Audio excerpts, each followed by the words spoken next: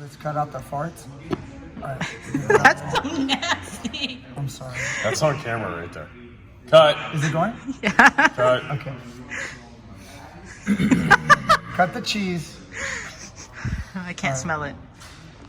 Are you ready? Good thing I got coronavirus. There's some grapplers and I can't smell anything still. You really? You can't smell anything? I don't know. That's some blooper gold. Teach me grappling. What's up, guys? Today we're doing something a little bit different. We've got high school senior Trent Munoz, high school football star, Oh, yeah. 4 touchdowns in 1 football game. Oh, yeah. Chris, known as Al Bundy. Yeah.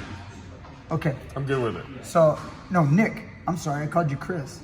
Why didn't you even correct me? You did that earlier, too. Did I call you Chris That's earlier? because the other big guy's name is Chris. Okay, Hope you so left. speaking of big guys, sorry about that. Wow. We're gonna be talking a little bit about cutting weight. What do you guys do when you gotta cut weight? So we've got Trent here. He's been wrestling. How long have you been wrestling, Trent? 9 years. 9 years. So how old are you? 18. That would put you at about, Started when I was 9. how's the math? Okay, 9. He's a pretty smart kid. Proud of him. Didn't just teach him wrestling. I taught him how to Basic arithmetic. do that. So he's been wrestling a long time. How many times have you had to watch your weight before a competition? I would say mainly when I hit high school, but I would say especially freshman, sophomore year, because when my freshman year, I was like 145. And then when it came to tournaments, high school tournaments, I'd lose. What was the a weight decent- class? It was 138. Okay. And then halfway through the season, I lost 6 more pounds, which I didn't think I had, to 132. Oh my And- goodness. Okay, wait. Let's dial it back. Okay. Are you hearing this? Yeah. I'm just thinking I was 232 freshman year of high school, but continue on. Okay, so you're 145 Yeah, walking around weight. and then you're gonna go to 138. So you're 7 pounds over that weight class. And then you, Yeah. that was in the beginning of the season. Mm-hmm. So what would you do? Like a lot of people have told me they want to know more about this subject. What would you do to get to 138? Well, I would diet, cut out some of the more fun foods like ice cream, your desserts, your candies, which to be honest, you should be doing when you're getting ready for a competition. But you also got to cut your portion sizes a little bit. Right. Even if it's good food, you still got to cut it out because you got to lose a little bit of weight. And that sometimes means muscle too. And then when it came to before the tournament, that Thursday, because you wrestle Friday, Saturday, that Thursday night, you have to lose all water weight. Sometimes that can be 3 pounds. Sometimes if you're unlucky, that can be 5 or 6 pounds. I never had to lose that much water weight. It was more in like the 3 pound range, 4 to 3 pound range. But So the night before, because our weigh-ins were like Friday morning. We would do Friday morning. I think a typical weigh-ins is what, like 7 o'clock or 6 o'clock? 6:30 to 7:30. Okay. Wrestling starts at 9:30, and they only give you 2 hours to recover. Which you look at the UFC people in the UFC, cut a bunch of weight. They Yeah. have sometimes over a day to recover. Yeah. When you're wrestling, especially you don't get nowadays. Especially nowadays. I wish, it would be cool if we had Vince Pichel here, just to have that MMA side. But definitely, I know all the info. I can let you guys know. They're now they're getting like 36 hours.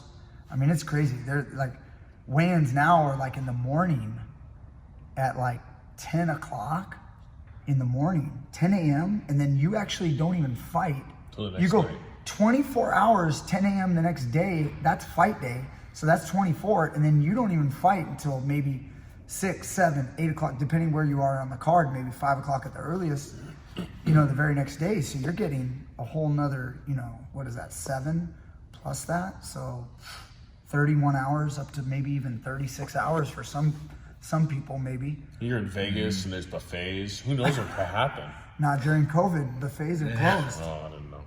But good thinking. So you get 2 hours. Now I will mention this because you actually probably you never competed in jiu-jitsu. But jiu-jitsu, they typically, at a lot of tournaments, maybe not all of them, but a lot of the mainstream IBJJF tournaments, you'll weigh in and then they'll put you in the bullpen and you'll get like a swig of water, and you might be competing 10 minutes after you weighed in. You might be competing 20 minutes. I mean, if you're late, if you're like the last one, you might even be like up on the mat. They might weigh you in and then just send you right out to the mat. And sometimes maybe the match in front of you is quick, and then boom, you got like a 5 minute. So think about it, that's even quicker. Yep. But wrestling, high school, we get about 2 hours. So it's better than nothing. Yeah. And then you gotta drink some water. That's like always the first thing you grab right after you weigh in. You drink water or Pedialyte, depending on how bad you feel.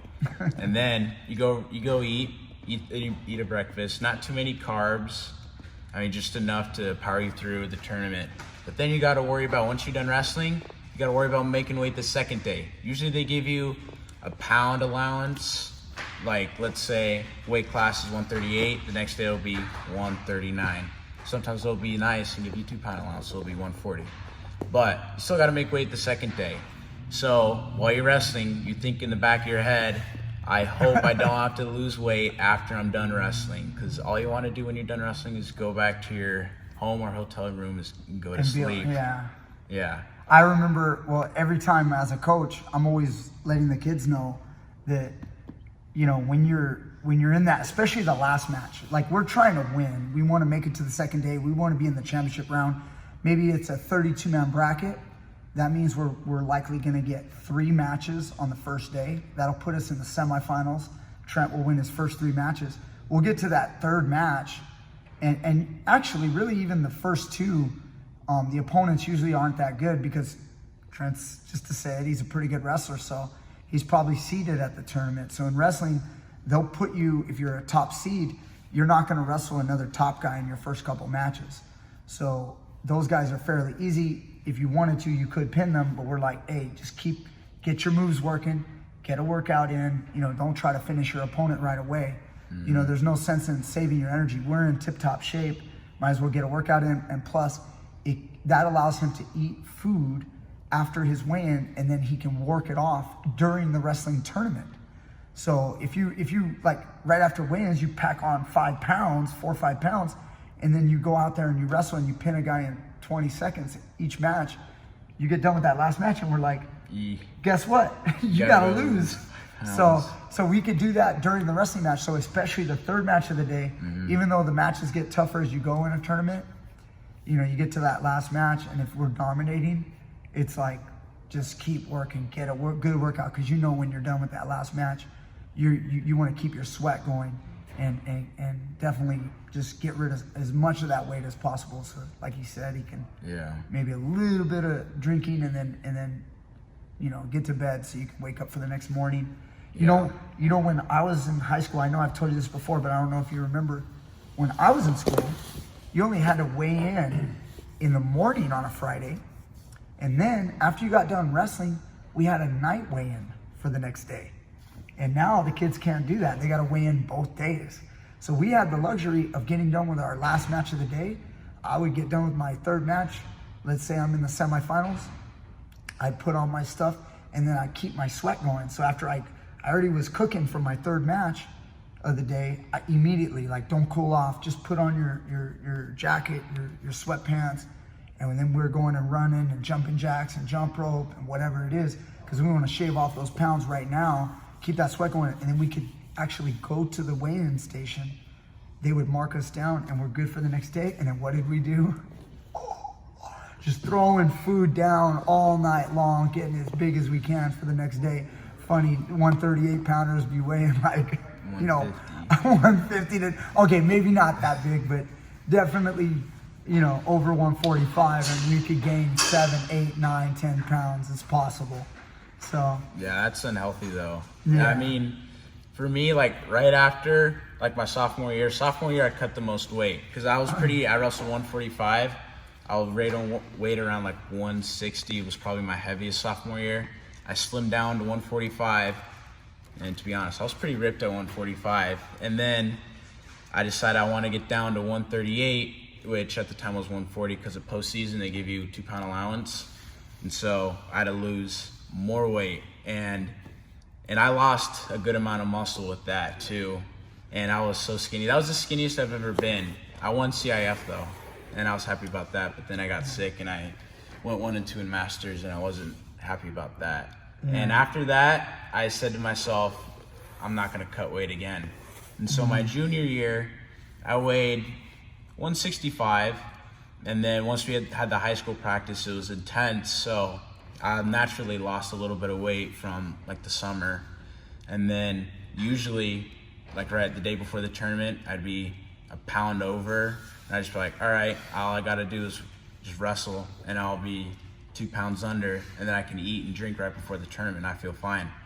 And sometimes when I was lucky, I'd be like a little bit under. I'd be like, yeah, that's what's up. And so I'd drink a bunch of water, wrestle hard, and I still feel fine. Then I'd just go home, eat and drink, and I'd be good. Because, I don't know, when you don't cut weight, you're gonna be smaller, but you also have all the energy, all the endurance that these bigger guys don't. Because I would say, I wouldn't say I was a big 160 pounder, but I was strong. I was a strong 160 pounder, and I had great endurance, and I never, ever felt like crap before I wrestled. I always felt good. And I know for some of the guys I wrestled who were big, They all tired out in the third period. second period. Yeah. Yeah.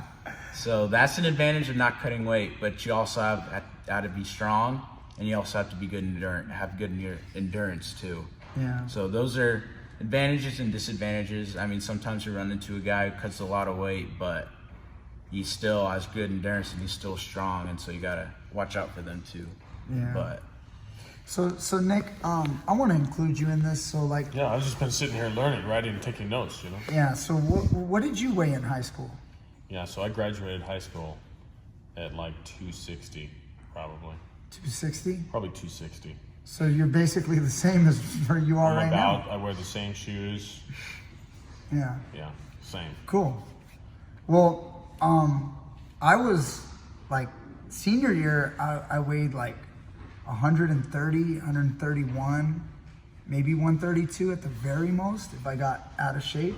But I was always pretty thin and pretty ripped. What's the math is I'm the size of both of them together Good math. in high school. See, I could do arithmetics too. I was half your size, and I would cut down to, I couldn't make one. The weight class was 119. I couldn't make it until they had the 2 pound allowance. So halfway through the season, we would get a 2 pound allowance to 121, and then I could make it to 121. And so I would cut about 10 pounds. You know, it was rough because I was a skinny, shredded 131 pounder, and so it was a pretty brutal cut. And honestly, I learned a lot. I wasn't that good of a wrestler, so I learned that cutting weight isn't always that good. You know, I cut so much weight, and it hurts you when you're out there and you get in those deep in those matches, and Now, it's like he said, the endurance. yeah, okay, so I'm just thinking, so I don't know a lot about the cutting the weight part, but like, you're trying to get into a class with smaller guys. So what's the problem with being in the middle of a weight class and feeling strong and being, you know, having this and that? Just you're up against bigger dogs. Is that the logic? And that's it. Exactly. Yeah. Like let's say in Trent's situation, he wants to go to 138. Okay, let's say. And going back to his first year, he wants to go to 138.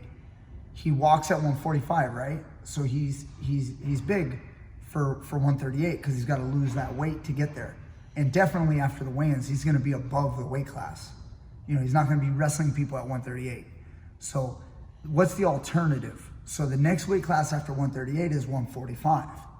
So why not? Is that a big jump though? Yeah. So like, guys? so here's the rationale.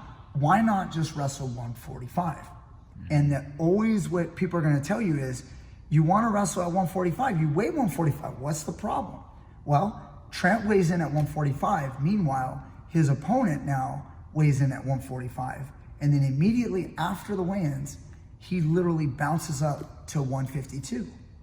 And people go, what? It's only 7 pounds. Does 5 pounds matter? You know, you pick up a 5 pound dumbbell and you go, it doesn't matter that much. But when all things are kind of equal and a guy is 7 pounds bigger than you, or maybe even more, depending if he's really cutting, there's always going to be stories. And I will say this, a lot of people inflate their stories.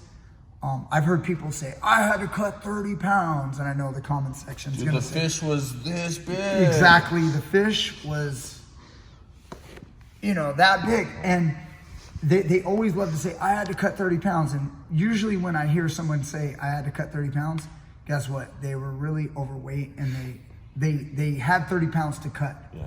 Because they're not losing muscle at that point. Me, when I was cutting 10 pounds, I mean, I was walking around high school kid, absolutely shredded at 130, 131, So not my world. Do you ever get the skinny, badass little kid with like bars of metal, like tucked underneath his armpits as he steps on the thing just to get into the higher weight class to go F with those guys? It's usually 106. Like sometimes you get a legit wrestler at 106, but he only weighs 100 pounds. Sometimes not even 100 pounds. I know there's one kid. So he's swallowing like metal bearings that he can poop out later just to get it. He weighs them first and he wants to play. And let me mention, because you mentioned lightweights, also heavyweights do it. Because sometimes, like when I was in school, we didn't even we had a 189 weight class and it went to heavyweight. 275 after 189. Oh, so imagine that's that. a jump. So if you weighed 195, I guess if you weighed 195, you definitely could have made 189s. But 200 and 260s. Let's say 200, and the guy just goes, man, I can't cut the 11 pounds. It's really hard for me to make that weight. Whatever it is, I'm just trying to illustrate a low number. And now a 200 pounder has to wrestle a 275 pounder, right? So it's a very different world. Then they added in a 215 weight class. Then which was nice. They added the 215 weight class, which was really nice for a lot of guys that were like light heavyweight. They could go 215. And then later on, Trent knows only the newer weights. They restructured weight classes. That's like an oxymoron, like a not too heavy guy. Yeah. So when they changed it, now it's 220. Am I right? 220. 220. And you got 84, 95, 220, and then 285. And then they actually upped the high school weight to 285 because high school kids are getting bigger, I guess. Because cattle have been treated with the RBHST hormone or whatever's in milk. Everybody's getting bigger. Nike's selling 15s instead of 14s. And especially in California, we got a lot of Samoans. So we gotta have a weight class for the Samoans. I got a friend who's really little, and he goes, "Man, my mom fed us organic." Oh man! And he said because he ate organic all the time, he wasn't a monster like all of his friends. He missed out. So, anyway, what I'm getting at is there were heavyweights. I actually coached a 215 pounder who weighed. It's complicated. I won't go deep into it, but he didn't certify his weight. We had to get certified. You know about this a little bit.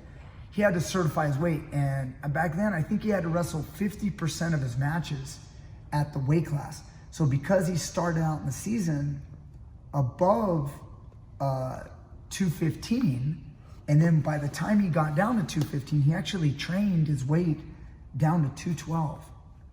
And so he was actually under the heavy weight class. He's a guy that's underweight. He wasn't allowed to wrestle 215s. So come on, but isn't that just like a week of pizza and ice cream and well, no, I mean like he was getting smaller and smaller, you know what I mean? And the rule, you could always wrestle up a weight. You could wrestle one weight up. But like sometimes I have seen the heavyweights that are small, they'll step on the scale, in answer to your question, they'll try to step on the scale with plenty of weight on them so they don't appear to be tiny. But it's more just so they don't feel so little. But all right, anyway, I guess that's kind of pointless. Anyway, I guess I answered your question. Okay, it was a dumb question. It wasn't a dumb. It was entertaining. But weight cutting,